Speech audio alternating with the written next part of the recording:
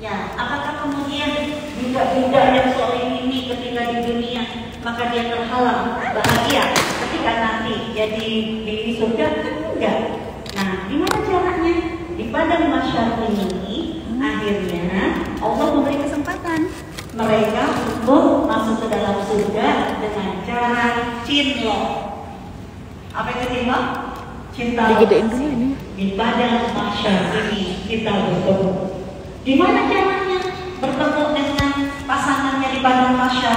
Gampang. Ada proses ta'aruf dulu. Ya, karena Allah akan mempertemukan 7 golongan yang akan mendapatkan naungan di sisi Allah pada saat di padang mahsyar. Tidak ada naungan pada saat itu kecuali naungan Allah. Nah, bisa jadi ketika Allah memberikan nominator 7 golongan ini, di antara mereka adalah para orang-orang yang belum punya pasangan, imam yang adil. Kan bisa jadi mereka belum punya pasangan. Ada juga yang sudah punya pasangan. Kalau sudah punya pasangan, udah dengan cara CLBK tadi. Nah, yang belum punya pasangan ini akan dipertemukan dulu oleh Allah.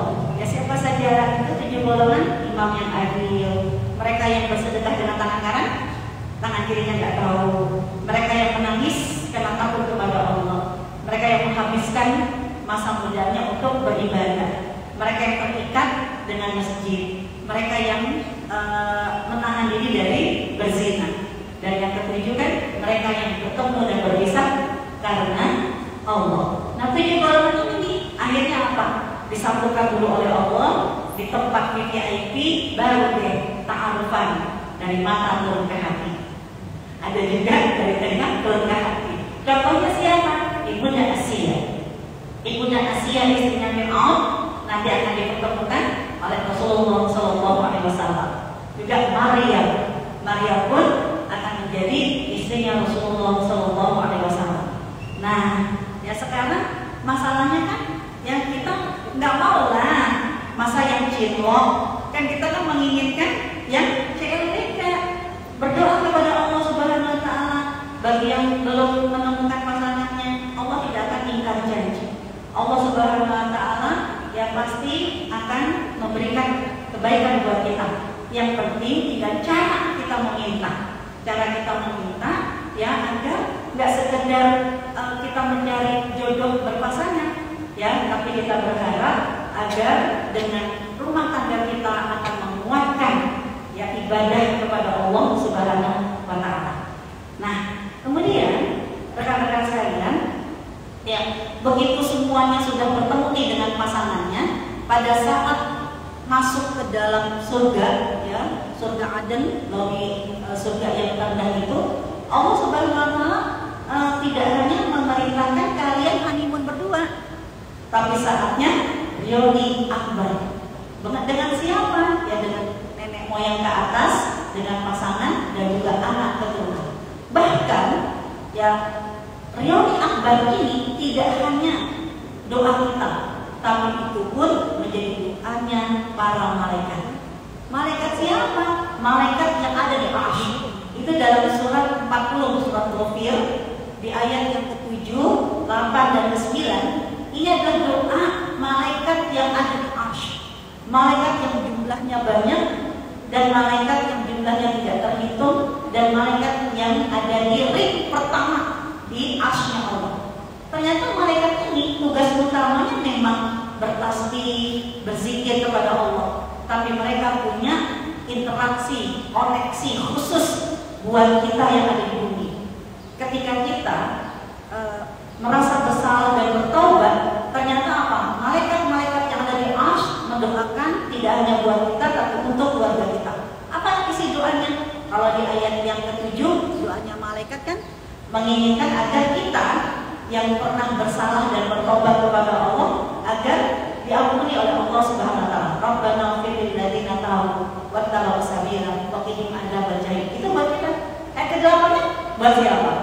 Ternyata apa kata malaikat? Jangan cuma dia ya Allah yang dimasukkan ke dalam surga, yang diselamatkan dari api neraka, tapi ya Allah masukkan juga ke surga siapa saja yang soleh dari bapak-bapaknya. Yang ke-8, dari bapak-bapaknya, dari pasangannya, dan dan juga dari anak keturunan. Malaikat aja mendoakan kita agar yang akbar di surga. Masa sih ya kita nggak sesuai dengan doanya malaikat? Nah, untuk itu ayo rekan-rekan sekalian, ya ini ayat-ayat yang tadi saya sampaikan. Nah, untuk itu ayo sekarang kita semua harus bersiap-siap bahwa pernikahan ini bukan sekedar menyatukan dua keluarga, menyatukan ya dua tradisi, tapi pernikahan ini adalah ibadahku yang paling panjang dalam kehidupan. Nah, Allah Subhanahu Wa Taala ingin mengajarkan kepada kita, tidak hanya kamu punya visi dan misi seperti doanya malaikat yang ada di arsy, ya perlu dong kamu ikhtiar. Bagaimana caranya ikhtiar agar kita bisa merawat rumah tangga? Nah, pertama dalam surat An-Nisa di ayat yang pertama. Surat An-Nisa di ayat yang pertama Allah Subhanahu Wa Taala menyebutkan kunci pernikahan ini bisa menjadi langgeng ketika masing-masing sudah punya modal takwa. Ya ayuhan nas inna khalaqnakum min dzakarin wa untha. Ya ayuhan nas taqu rabbakum alladzi khalaqakum min nafsin wahidah wa khalaqa minha zawjaha wa batha minhuma rijalan katsiran wa nisaa'a wattaqullah. Karena di dalam surat An-Nisa ayat pertama takwa itu disebut oleh Allah sampai 3 kali. Berarti apa? Teman-teman harus tahu istri yang bertakwa kayak apa, suami yang bertakwa kayak apa, ibu yang bertakwa kayak apa. Nah, agar kita bisa aplikatif ya secara mudah, ayo makna takwa itu ada dalam surat At-Tahrim surat 66 di ayat yang ke-6. Nah ini ya ada dalam surat 66 di ayat yang ke-6. Apa itu makna takwa? Ketika Allah berfirman, a'udzubillahi minasyaitonir rajim, ya ayyuhalladzina amanu qu anfusakum wa ahlikum nar. Hai orang-orang beriman, jagalah dirimu dan keluargamu dari api neraka. Itulah takwa. Jadi istri yang bertakwa adalah istri yang tidak egois, ingin ibadah sendirian, ingin sukses sendirian, ingin sholat sendirian. Dia selalu akan mengajak suaminya. Ibu yang bertakwa adalah ibu yang tidak egois. Dia akan selalu mengawal dan menjaga anak-anaknya agar jangan sampai melakukan kemaksiatan yang akhirnya jatuh ke dalam api neraka. Jadi visi dan misi seorang ibu yang bertakwa, visi dan misi seorang istri yang bertakwa adalah yang memboyong suami dan anak-anaknya masuk ke dalam surga. Tidak ada yang tertinggal di api neraka. Dan jangan pernah berpikir, udah kesel bolak-balik ingetin. Apa kata kita? Udahlah, pokoknya bukan anak kecil lagi, terserah urusan surga neraka urusan masing-masing. Berarti apa? Ada egois. Ada orang yang tidak bertakwa. Orang yang bertakwa selama hayat kita ibadah, ya, gak akan pernah kita berhenti untuk merangkul, gak akan pernah kita berhenti untuk mengajaknya. Kenapa? Karena aku ingin menjadi istri yang sukses. Aku ingin menjadi ibu yang sukses. Selama hayat kita ibadah, gak akan aku biarkan siapapun dari orang-orang yang aku cintai melakukan kemaksiatan dan terjebak masuk ke dalam api neraka. Dia akan berbuat baik tidak sendirian, tapi bersama-sama. Nah ini harus diingatkan, ya. Dan apalagi nanti kalau sudah punya anak, ya Allah, jangan pernah keluar dari lisan kita. Udah, ya, mama udah nyerah, mama udah udah di batas akhir kesabaran, ya. Tidak salah mudah mengandung ini gara-gara aduh kalian itu salah memilih lingkungan, ya. Walaupun anaknya baru sudah umur 20 tahun, jangan menganggap sudah selesai, ya. Saya bilang sama anak-anak saya, kamu jangan pernah kehilangan suara umi. Walaupun kamu udah besar, kamu udah dewasa, tetap yang namanya mengingatkan masalah sholat,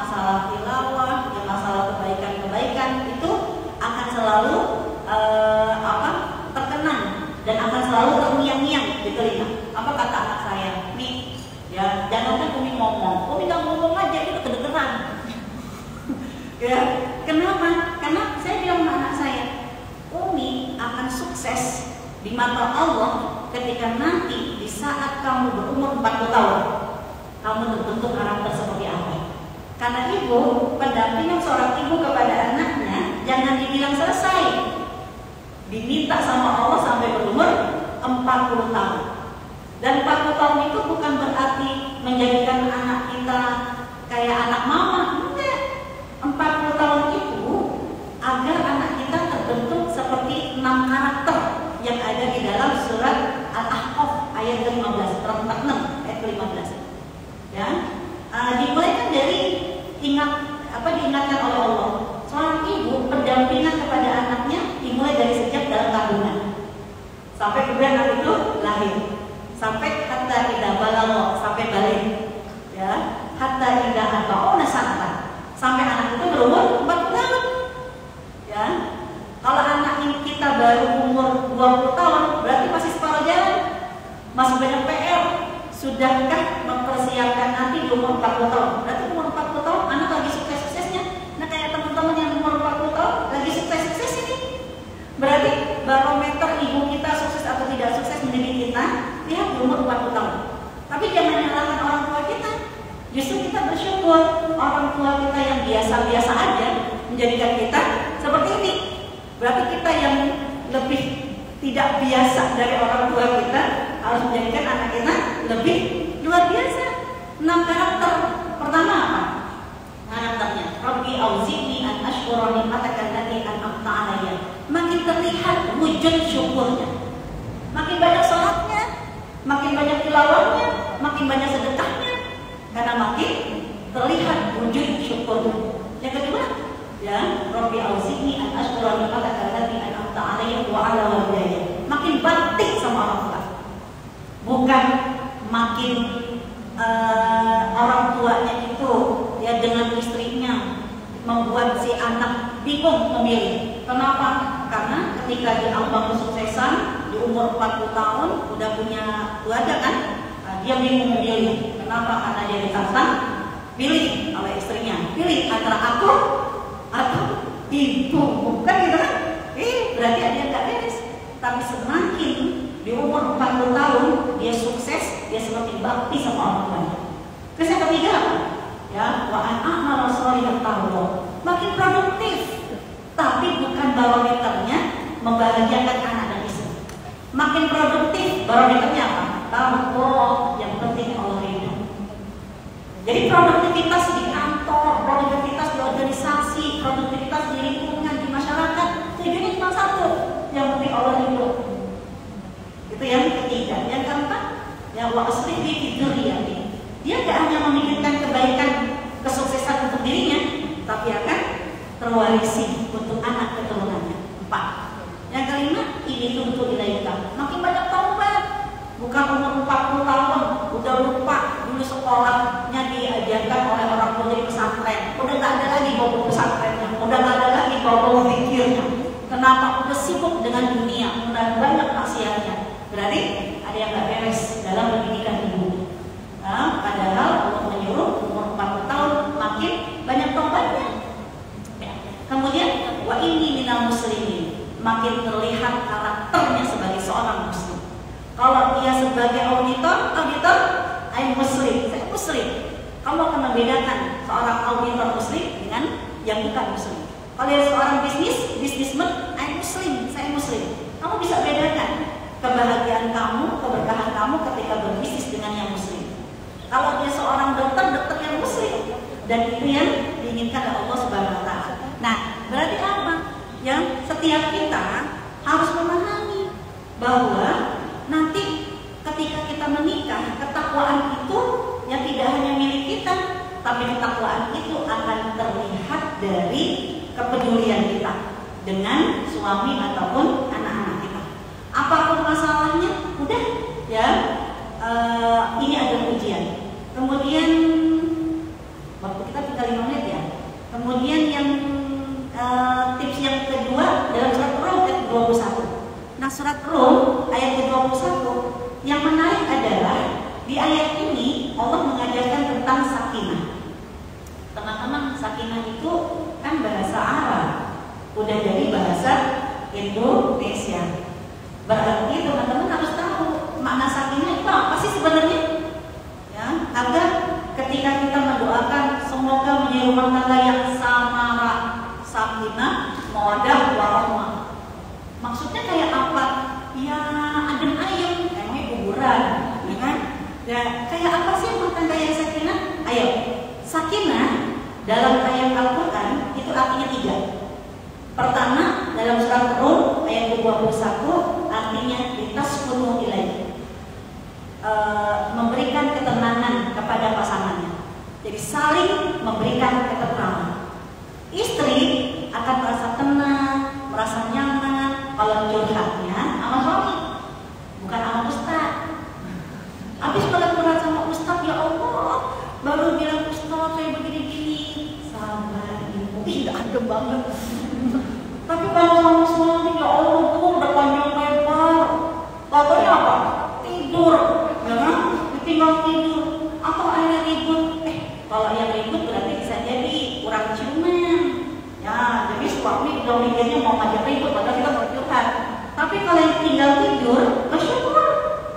Ya, ibu-ibu yang ketika curhat ternyata suami tidur, saya bilang dahsyat, luar biasa. Ya Allah Ustazah, masa sih harus bersyukur? Ya bersyukur banget. Kenapa?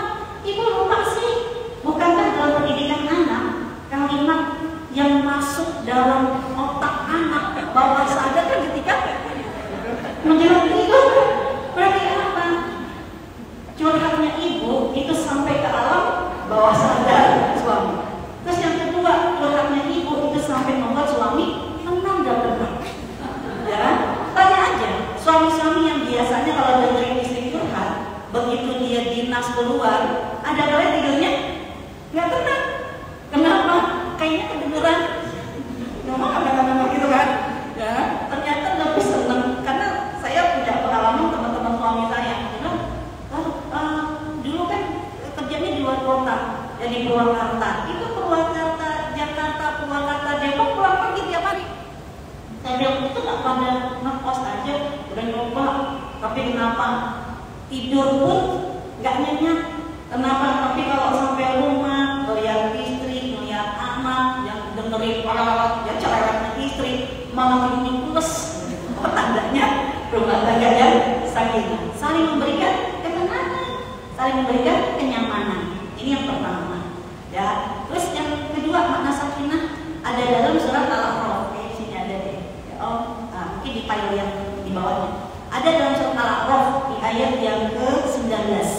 Makna sakinah adalah uskun anta wa zawjuka jannah. Tinggal serumah. Jadi yang LDR bukan berarti di zona aman. Yang LDR perlu dia meminta kepada Allah karena dia merasa di zona yang tidak aman. Kenapa? Karena yang namanya sakinah suami istri harus tinggal serumah. Bahkan ketika ucapan talak terjadi, suami mengatakan saya ceraikan kamu, boleh nggak istri meninggalkan rumah? Boleh nggak suami mengusir istri? Nggak boleh, harus tetap tinggal serumah. Terus gimana Ustazah? Anda akan terlihat rumah tangga sakinah tidak sakinah ketika respon Anda ketika harus berjauhan. Kalau di zona aman, apa kata istri? Lebih gak capek. Kalau suaminya jauh, dia tuh yang pada jauh. Dikit-dikit harus lapor, dikit-dikit harus nyiapin ya makan, dikit-dikit harus begitu. Kalau kita mah udah masing-masing mandiri, yang penting saling setia, saling percaya. Anda merasa di zona aman, siap-siap Allah Subhanahu wa Ta'ala bisa dia akan uji lebih dahsyatnya. Kenapa? Karena Anda tidak melakukan perintah Allah rumah tangga yang sakinah. Tapi kalau ternyata ketika kita harus dipaksa untuk berjauhan dengan kondisi tuntutan kerja atau segala macam, lalu kita merasa bersalah, ya Allah, kan harusnya ya seorang ibu, seorang istri dengan seorang suami tinggal serumah. Harusnya seorang istri melayani suaminya. Harusnya seorang suami melindungi istrinya.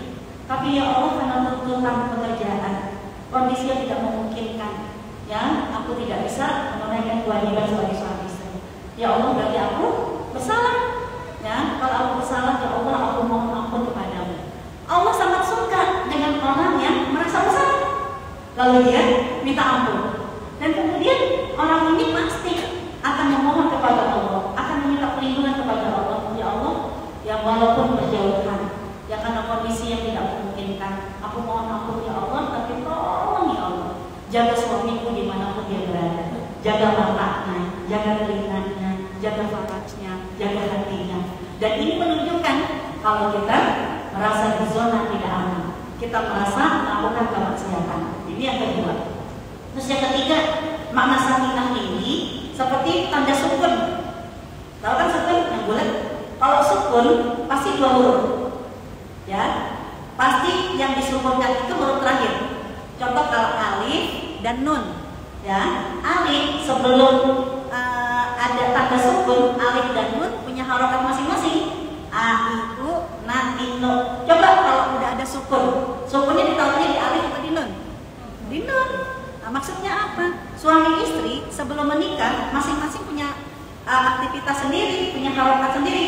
Tapi begitu seorang ayah menyerahkan seorang wanita kepada suaminya, sejak saat itu nun sebagai perempuan harus berbaris sukun. Bacanya gimana? Tergantung nasibnya. Kalau nasibnya suami aan, kalau suaminya iin, suaminya domakun. Dan kalau udah sukun berarti dibacanya diwakafkan, melekat tak terpisahkan. Ya, contoh insya Allah, nggak boleh dibacanya insya Allah. Kemana nunnya? Nun yang dulu aku nikahin nun kecil, sekarang nun berubah. Selebar-lebarnya nun nggak boleh dipisahkan. Alif juga begitu, nggak boleh ditinggalkan oleh nun. Insya Allah. Kemana alif? Dulu alif yang menikahiku alif yang tegak, sekarang mah udah lepoy. Jadi akan terlihat sakinah tidak sakinah pada saat lari pagi, pada saat kondangan siapa yang digandeng. Kalau yang digandeng anak berarti maaf tidak sakinah.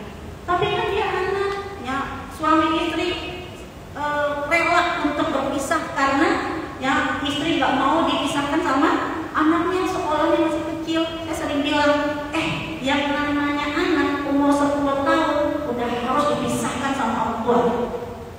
Tapi yang namanya suami istri melekat tak terpisahkan. Nah, ini ya yang perlu kita pahami. Nah, terakhir teman-teman sekalian, ya ada di dalam surat surat 60 atau Ghabun itu 64 ya. Surat At-Taghabun di ayat yang ke-14, ya Allah Subhanahu wa taala berfirman ya bahwa yang namanya suami istri, orang tua dan anak ada kalanya dihadirkan oleh Allah Subhanahu wa taala sebagai apa? Sebagai musuh. Gimana ya? Ya sebagai musuh ya. Maksudnya sebagai musuh apa? Ya. Allah berfirman, ya ayyuhalladzina amanu inna min azwajikum wa auladikum aduwwun lakum. Sebagai musuh, ada kalanya itu akan membangkitkan emosi kita. Nah, Allah menginginkan ayo jangan sampai kamu malah gagal, karena bisa jadi ujian yang terbesar dalam hidup kamu adalah suami-suami kamu, adalah anak-anak kamu. Dan agar kamu tidak gagal dalam ujian ini, Allah mengajarkan di ayat ini ada 3. Pertama apa? Wa in ta'fu. Udah punya stok, maafkan. Ya, apapun yang terjadi maafin aja. Jangan kalau suami kita melakukan kesalahan, jangan lihat muka suami, betul? Ya, ingat aja ini. Ya Allah, Engkau yang menyuruhku. Jadi kesal, aduh nah.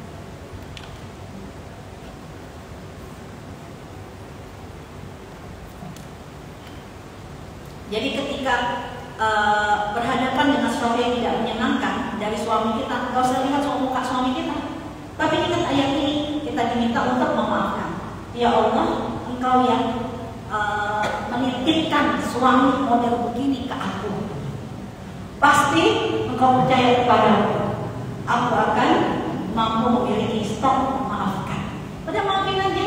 Kenapa? Bukan karena memaafkan suami gak bersalah, tapi aku memaafkan karena Allah Tuhanmu dan Tuhanku yang menyuruhmu untuk memaafkan. Ya, nah ini pertama paling takut, ya maafkan. Kemudian kedua watasfahu, dirangkul.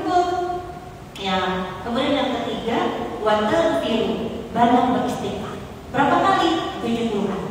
Jadi teman-teman, Rasulullah menyuruh istighfar 100 kali dengan istighfar 70 kali, ini segmen yang berbeda.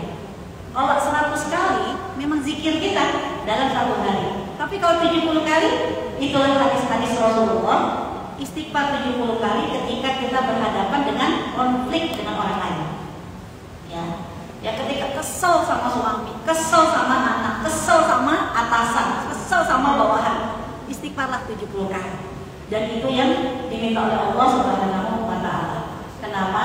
Karena Allah Subhanahu wa Ta'ala sudah percaya kamu akan dititipkan oleh Allah dengan suami, dengan anak, model kayak apapun juga, kamu pasti punya ketakwaan. Kamu pasti menjadi orang yang sukses karena kamu punya Allah, kamu punya cita-cita untuk yaumul akbar di surga nanti.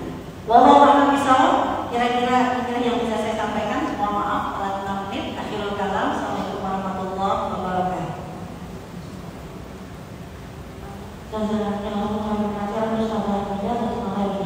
Sebenarnya pertanyaan banyak ya teman-teman ya, cuma karena memang waktunya kita sudah setengah 2 saatnya kita untuk kembali ke kantor, jadi mohon maaf untuk sesi tanya jawab kita tidak dapat menunggu ya. Coba nanti kita sambung jika ada kesempatan di bagian berikutnya. Sekali lagi, oh ya sebelum kita tutup, pada teman-teman, insya Allah setelah ini nanti kita akan kembali kelas taksin. Nanti info pendaftarannya akan diinfokan di grup musuhnya. Untuk teman-teman yang dulu sudah bergabung di taksin tahun 2019 ya terakhir ya, nanti bisa dilanjutkan di level yang sama, sedangkan tidak kelas lagi, sedangkan nanti yang teman-teman yang baru bisa ikut dengan kelas lebih dahulu. Untuk kajian musuh berikutnya akan diinformasikan juga dulu. Sekali lagi terima kasih atas kedatangannya. Mohon banyak kekurangan, banyak kekurangannya. Semoga kajian hari ini bermanfaat dan bisa menjadi bekal kita yang bisa merawat keluarga dan masuk ke surga keluarga. Baik, punya mohon maaf. Wassalamualaikum warahmatullahi wabarakatuh. Waalaikumsalam warahmatullahi wabarakatuh. Pak Il udah saya kirim ya? Ya, sudah banyak.